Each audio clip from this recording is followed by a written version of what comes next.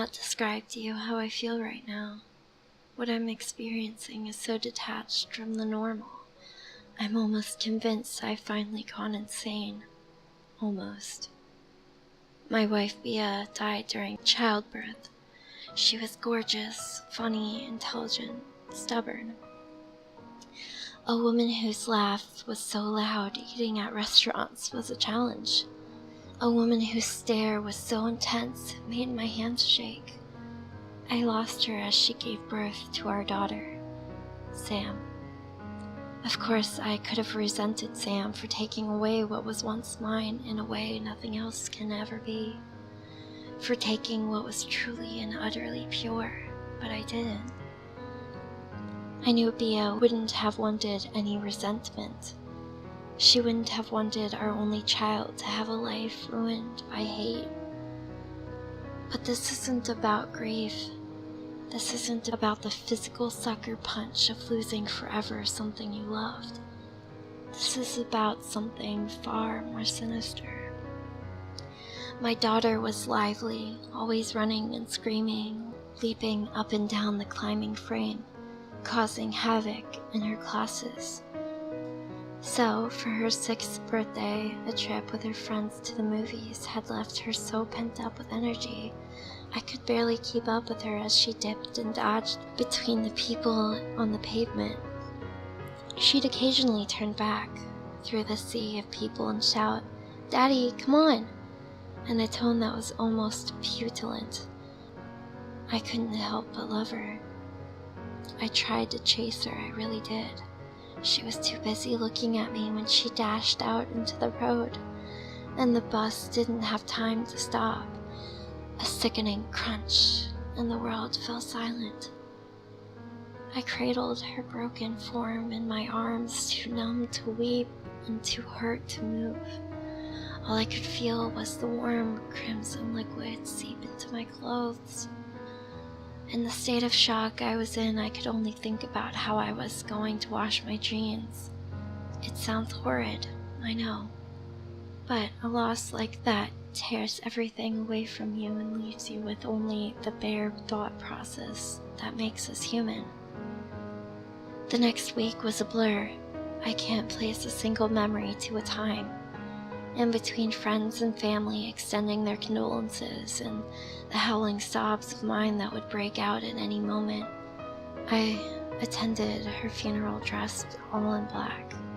By dressed, I don't mean merely clothes. My very essence was dark. I couldn't feel or think, and the day continued as I went through the motions. Like a dying man treading on water, everyone wanted to tell me about Sam, how perfect she was. What an angel she was, as if I didn't know. As if I didn't realize what a gift my own daughter was.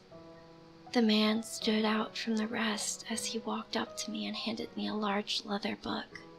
I assumed at the time he was a parent of one of Sam's friends, handing me a collection of their photos together. Or maybe I was too numb to even process his cold hands and how he never mentioned my daughter once. For a month I was lost. I drank and stayed in our new empty apartment alone, watching old box sets, too numb now to even cry. It was only when my sister arrived, when she held my hand and talked to me, that I began to come out of my shell.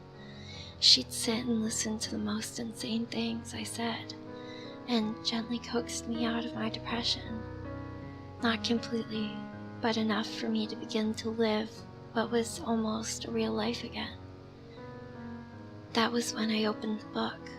I decided to remember Sam for all the joy she gave, and was prepared to reflect on her life without feeling miserable. I opened to the first page. It was essentially a binder full of Polaroid photos of my daughter growing up. I furrowed my brow. They were taken from a distant, blurry slightly, and I was in a few of them. I began to feel sick, but hoped the following photos would provide some explanation. I came up with every excuse of how the man obtained these photos, desperate to view the moments of my daughter's life without a sense of trepidation. The photos grew closer and closer to my daughter's birthday. I could see the day I gave her a tiny bike after she turned 5 and the skin knees that ensued. The book had so many more pages that I assumed the rest were empty. But there was a photo of her just before the movies on her 6th birthday. I could recognize the pink raincoat she insisted on wearing, and my hands on her shoulders. There was no photo of the crash. Instead, her life continued inside this book.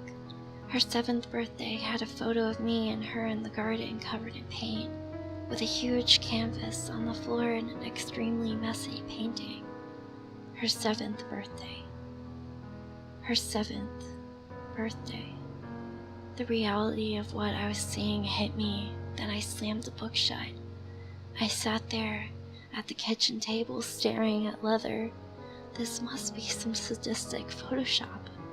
I hoped someone had taken the time to pull a horrid prank on me. I say hoped because essentially I couldn't believe the other explanation, if there even was one. Gritting my teeth, I decided I had nothing to lose and kept reading. I can't explain the emotions I felt while I read. Listening to the sound of the page turning, I can try, but nothing can prepare you for something like this. Her life continued, showing her losing her baby teeth, her first day of senior school. My turning of the pages became more frenzied. I began to notice something. The photographer was getting closer to her as she grew older. Not in every photo, but a general trend. The photographer was getting closer and closer. More daring, perhaps. She was beautiful, stunning as a teenager. She looked just like her mother, all the curls and smiles. I grew older too, but the photos began to include me less and less. Her 16th birthday was strange. A group of her friends sitting outside drinking from little plastic cups at a picnic. But there was someone in the background, near the bushes of the park where this was taken.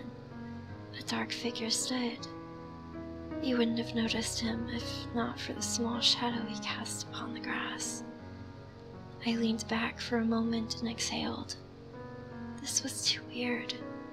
I'd been so caught up in watching my little girl grow up that I hadn't thought about how this would end.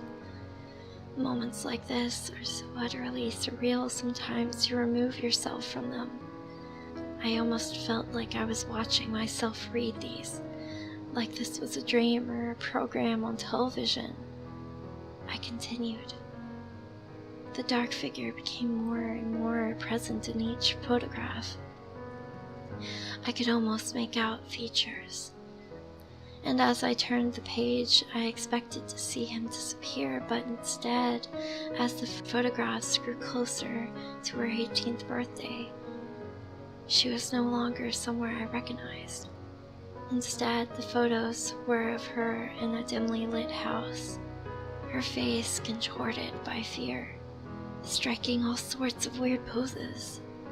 Sometimes she would be dressed like an ancient queen, or she would be dressed like a maid scrubbing the floors. The figure was even closer now. His legs or his arm would appear in each and every one, no matter how she was dressed. In every photo, her face had this desperately pained expression. It killed me. There were bruises on her face. She looked thin, ill even. I couldn't do it. This was sick. Properly sick. My girl. I soldiered on. The last photo I looked at before I slammed the book shut and swore to never, ever look at it again was of her 18th. The caption underneath read, "At last," in soppy writing. She was looking straight at the camera, crying. She was on her knees, dressed in a black evening dress, with an apple in her mouth and her hands bound behind her back. Her makeup was ruined by her tears. It was as if she was pleading me. begging me to help, but I couldn't.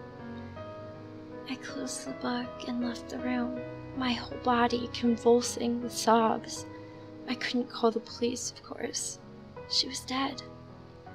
The thing that keeps me up at night isn't the content of what I saw. It's that there were so many pages left,